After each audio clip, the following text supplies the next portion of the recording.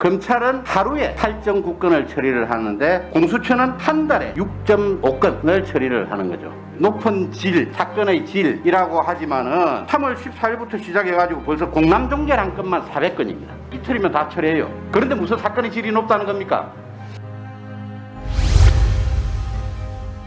통영고성 출신의 정점식 의원입니다. 자, 영국 고위공직자범죄수사처 차장님. 예. 우리 조 의원님 질의에 대해서 굉장히 열을 내고 그러시던데 저희가 그동안에 너무 이렇게 좀 당한 게 많아서 안 물어봤잖아요. 자, 우리 차장님은 검찰청의 검사가 1인당 하루 평균 몇 건을 처리한다고 생각을 하십니까? 지금 2020년, 이게 뭐 공개된 최신 자료라고 그러니까 2020년 기준으로 서울중앙지검은 4.6건 하루 부담량입니다.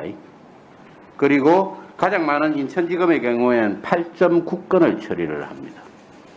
그러면 21명의 검사로 구성되어 있는 우리 공수처에서는, 우리 공수처가 아니고 공수처에서는 검사 1인당 하루에 몇 건을 처리하죠? 저희가 정확한 통계 자료를 제가 알려드릴게요. 예. 지금 주요 업무 현황 자료 7페이지 보시죠. 올해 1월 1일부터 7월 28일까지 처리한 건이 953건입니다. 예. 21명의 검사 1인당 약 45건을 처리를 했고 21명이 한 달에 6.48건을 처리를 했습니다.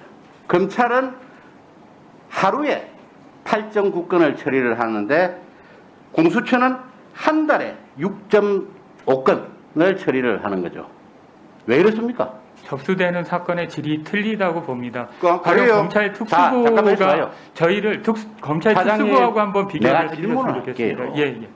그 소위 높은 질, 사건의 질이라고 하지만은 공남종결이 어떤 건지 아시죠? 예, 알고 있습니다. 수사할 필요가 없는 사건. 그게 공남종결이 지금 3월 14일부터 시작해가지고 벌써 공남종결 한 건만 400건입니다. 불개시는 어떤 사건인지 아시죠? 예, 우리가 검찰이나 경찰청에서 공무원 범죄를 인지했다라고 통보를 하니까 우리는 그 사건 안 받는다 라고 통보 건수도 이렇게 잡아놓고 거기에 대해서 불개시 86건을 통보받아가지고 57건을 불개시 통보를 합니다. 이거는 그 개시 통보수와 많이 받아봤자 소위 사건 목록 그거 보고 나서 우리 수사 안 한다 라고 통보하는 게 불개시 통보입니다. 그리고 이첩 우리가 접수는 했지만 다른 수사기관에 보내버린 사건이 365건입니다. 그래서 총 이런 소위 이첩 불개시 통보 공남종결 1위 한 건이 953건 중에서 876건입니다. 그렇습니다. 사건의 65%예요. 저도 검사를 24년간 한 사람입니다. 소위 공남종결이나 불개시나 이런 것들이 이거 공남종결 400건 처리하는데 이틀이면 다 처리해요. 그런데 무슨 사건의 질이 높다는 겁니까? 그리고 차장님. 예, 저한테 해명할 시간을 주시면 말씀드리겠습니다.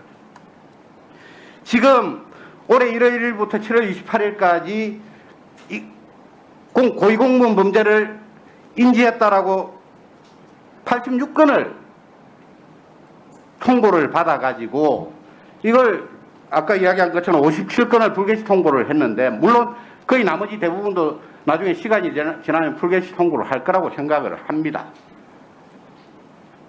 이게 지금 또 이거 소위 인지 통보 이 자체도 문제가 있어요. 지금 공수처법과 이 소위 사건 사무규칙에 따라서 이거 통보받고 나면 60일 이내에 개시 불개시 통보를 하도록 돼 있죠. 예, 저희가 그렇게 하고 있습니다. 그러니까 아니 경찰이나 검찰이 공무원 사건 인지해서 수사하겠다, 우리가 수사한다 너희들이 수사할 거냐?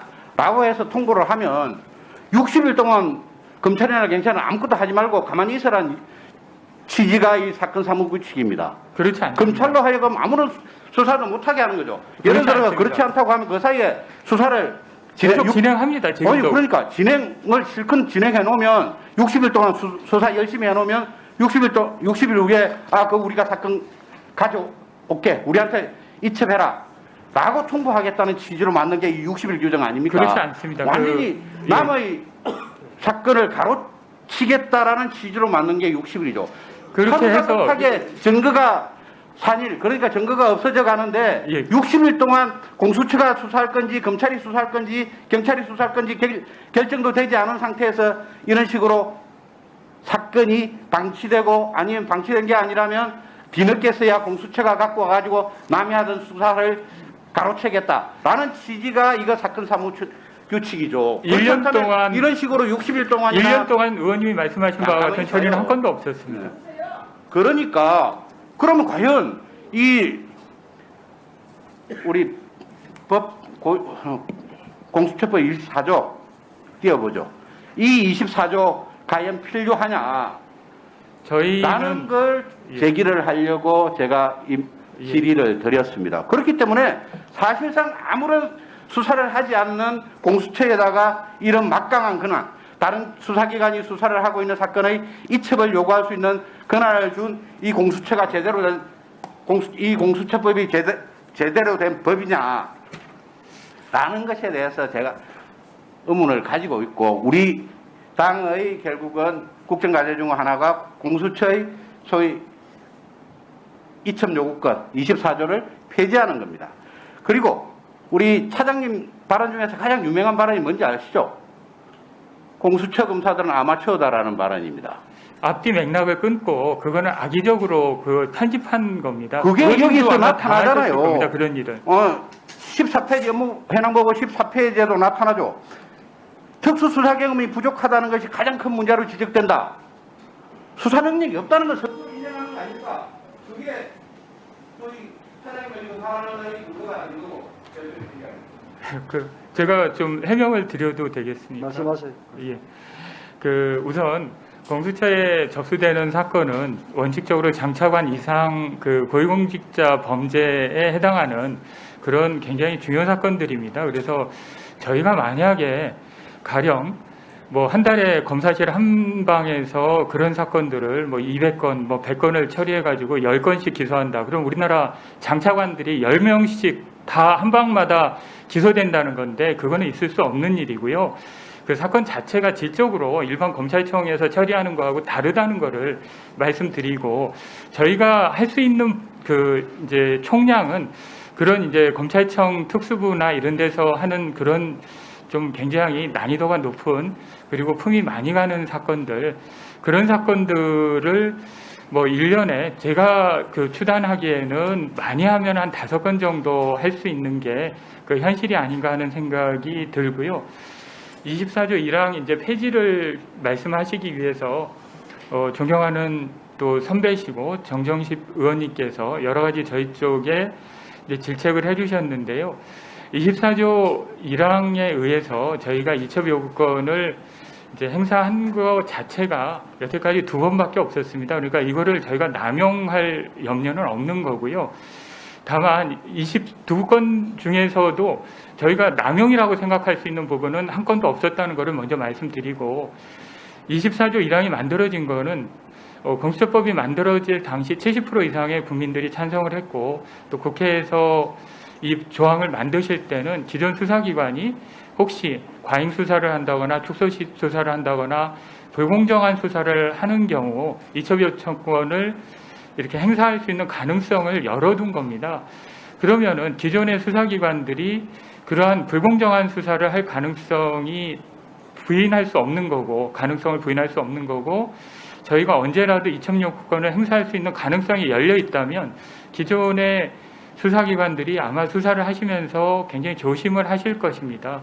그런 점에서 24조 1항은 충분히 존재의 의의가 있는 거고, 그리고 또 24조 1항 관련돼서는 기존의 수사기관들이 정말 완전 무결하게 불편부당하게 그리고 불공정함이 전혀 없이 수사를 이렇게 할 수 있다는 그런 제도적 장치가 마련된 다음에 24조 1항의 뭐 개정 그 여부를 논의할 수는 있을 것 같은데 지금은 24조 1항은 반드시 필요한 조항이라고 그렇게 저희는 생각하고 있습니다. 자, 이상입니다. 됐습니다.